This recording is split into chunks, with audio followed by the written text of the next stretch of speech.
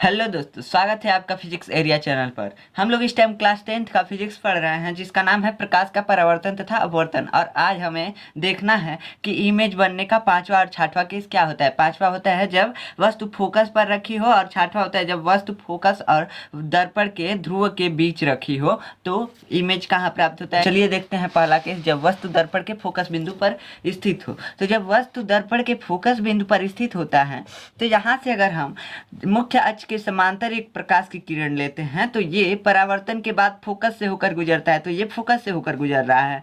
और दूसरा लेते हैं और दूसरा आप यहाँ से ले सकते हैं सेंटर ऑफ कर्वेचर से, ये फिर से वापस चला जाएगा, ये फिर से इसी रास्ते से वापस चला जाएगा। यहाँ से अगर इसको दिखाते हुए इसको निर्देशित करते हुए लेंगे तो ये वापस चला जाएगा उसी रास्ते से, तो ये भी वही प्राप्त होगा। लेकिन हम यहाँ पे ले रहे हैं इसलिए क्योंकि पोल सामने है, तो पोल से ही हम क्यों ना ले लें सेम एंगल बनाते हुए। तो यहाँ पे भी थीटा बन रहा है और यहाँ पे भी थीटा, क्यों? क्योंकि सेम एंगल बनाते हुए परावर्तित होता है कोई भी प्रकाश की किरण किसी भी दर्पण से।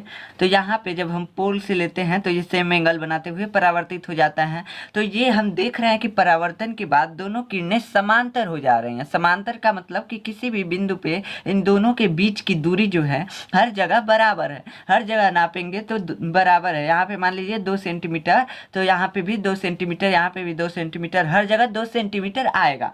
तो ये अनंत तक जाएगा, कभी ये मिलने वाला है नहीं, अनंत पे जाके मिलेगा। अनंत का मतलब क्या होता है? जिसका कहीं अंत ना हो, तो वहां पे जाके मिलेगा। तो मिलेगा ना, तो जब मिलता है तो वस्तु का हमको वास्तविक प्रतिबिंब प्राप्त होता है। और ये इसके सिर से हम क्या लिए है? प्रकाश की किरण। तो इसका सिर ही तो जा रहा है परावर्तित होकर, इसका सिर जा रहा है तो ये उल्टा बन रहा है। इसका सिर ऐसे नीचे चला जा रहा है तो उल्टा बन रहा है। और ये अनंत पे जाके जब मिलेगा तो बहुत बड़ा ना बनेगा, ये इमेज बहुत बड़ा बनेगा। अब अनंत कहाँ है? जाके ढूंढिए ना, कहाँ बनेगा? बहुत बड़ा बनेगा। यहाँ से अगर लंब डालेंगे अनंत तक, अनंत बहुत दूर है तो बहुत बड़ा ही तो बनेगा। और इसको पर्दे पे प्राप्त किया जा सकता है क्योंकि वास्तव में मिलकर बना रहा है, अनंत पे जाके मिल रहा है भले से, लेकिन वास्तव में तो मिल रहा है ना। तो वास्तव में मिलकर ये प्रतिबिंब बना रहा है, इसलिए इसको पर्दे पे प्राप्त किया जा सकता है। तो इसकी प्रकृति क्या होगी, इसके नेचर क्या होंगे? देखिए, वस्तु से बहुत बड़ा प्रतिबिंब प्राप्त होता है, वस्तु से बहुत बड़ा प्रतिबिंब प्राप्त होता है और उल्टा बनता है। उल्टा बन रहा है ना, सिर नीचे चला जा रहा है। वास्तविक बनता है, वास्तव में प्रतिबिंब बन रहा है, पर्दे पर प्राप्त किया जा सकता है। पर्दे पर, इसको पर्दे के बिना हम देख नहीं सकते हैं, ठीक। तो इसको लिखते हैं, जब कोई वस्तु अवतल दर्पण के सामने फोकस बिंदु पर रखी हो तो वस्तु का प्रतिबिंब अनंत पर तथा वस्तु से बहुत बड़ा प्राप्त होता है। अनंत पर बन रहा है और वस्तु से बहुत बड़ा बन रहा है।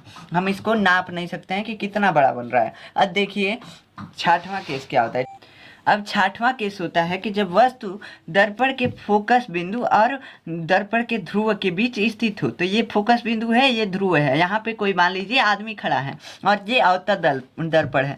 तो हम एक इससे समांतर प्रकाश की किरण ले रहे हैं जो परावर्तन के बाद फोकस से होकर गुजर जा रहा है, यानी रिफ्लेक्शन के बाद फोकस बिंदु से जा रहा है।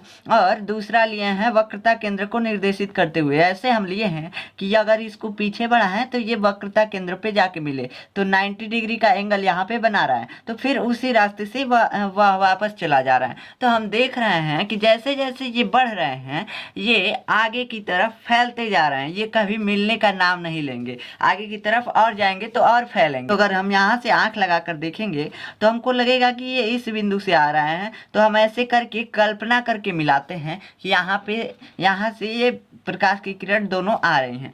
जहाँ पे ये मिल जाते हैं वहाँ से अगर हम लंब खींचते हैं मुख्य अक्ष पे तो वही वस्तु का प्रतिबिंब बनता है। तो ये दर्पण के अंदर बनता है, ये दर्पण के अंदर बनता है और ये वस्तु से बड़ा बन रहा है। देख रहे हैं ना, ये कोई आदमी है तो ये कितना बड़ा बना है ना बड़ा। तो ये वस्तु से बड़ा बनता है और सीधा बनता है। और ये वास्तव में प्रकाश की किरण मिलकर नहीं बना रही हैं, ये तो हमको मिलाने से प्राप्त हो रहा है, कल्पना करके मिला रहे हैं तो प्राप्त हो रहा है। तो इसलिए ये वास्तविक प्रतिबिंब नहीं है। जो दर्पण के अंदर प्रतिबिंब बनता है वो वास्तविक नहीं होता है। किसी भी केस में अगर दर्पण के अंदर प्रतिबिंब बन गया तो वो प्रतिबिंब वास्तविक नहीं होता है, जिसको इस प्रतिबिंब को पर्दे पर प्राप्त भी नहीं किया जा सकता है।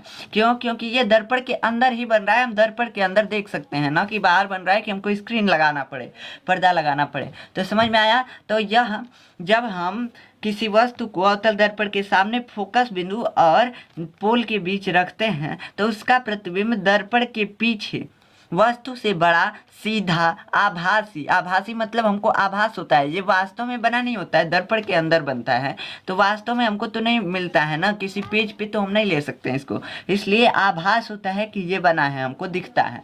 ठीक, दर्पण के अंदर आप पर्दा लगाएंगे, कोई लग पाएगा नहीं लग पाएगा, तो इसलिए इसको नहीं प्राप्त किया जा सकता है पर्दे पे। तो इसकी प्रकृति देख लेते हैं, यानी इसके गुण देख लेते हैं। तो ये वस्तु से बड़ा बनता है, सीधा बनता है, आभासी बनता है, पर्दे पर प्राप्त नहीं किया जा सकता है, हमने बताया है।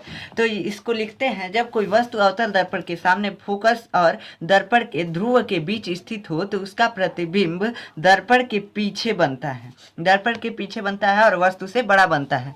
मिलते हैं अगले लेक्चर में कॉन्वेक्स मिरर के इमेज फॉर्मेशन के साथ, तब तक के लिए धन्यवाद।